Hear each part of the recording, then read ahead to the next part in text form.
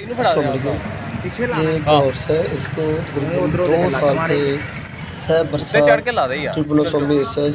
इनकी क्रोनिक जो है वो फेटे की बीमारी है। तो हम इसका क्या इलाज करते हैं? इसका इलाज सबसे पहले हम एल्बेंडाजोल की डिवर्मिस से करते हैं। एल्बेंडाजोल टैबलेट लेते हैं 2500 मिलीग्राम की 2 अदद, यानी कि गुड़ वगैरह में मिलाकर देते हैं। और साथ फैक्ट्री पैनल का साशा एट्रोपिन लगाकर, एट्रोपिन 10 ml पहले लगाते हैं, 10 मिनट के बाद फैक्ट्री पैनल का साशा 10 ml वाटर डालकर तैयार करके सोल्यूशन इंट्रामस्कुलर देते हैं डीपली।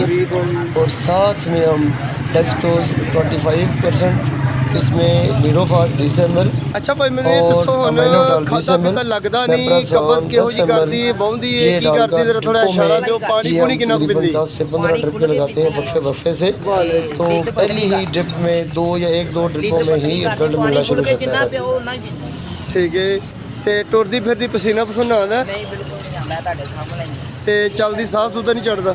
चढ़दा कंबदी कुंबदी तो नहीं, मैं घबराहट घबरूट तो नहीं? चलो चलो चलो।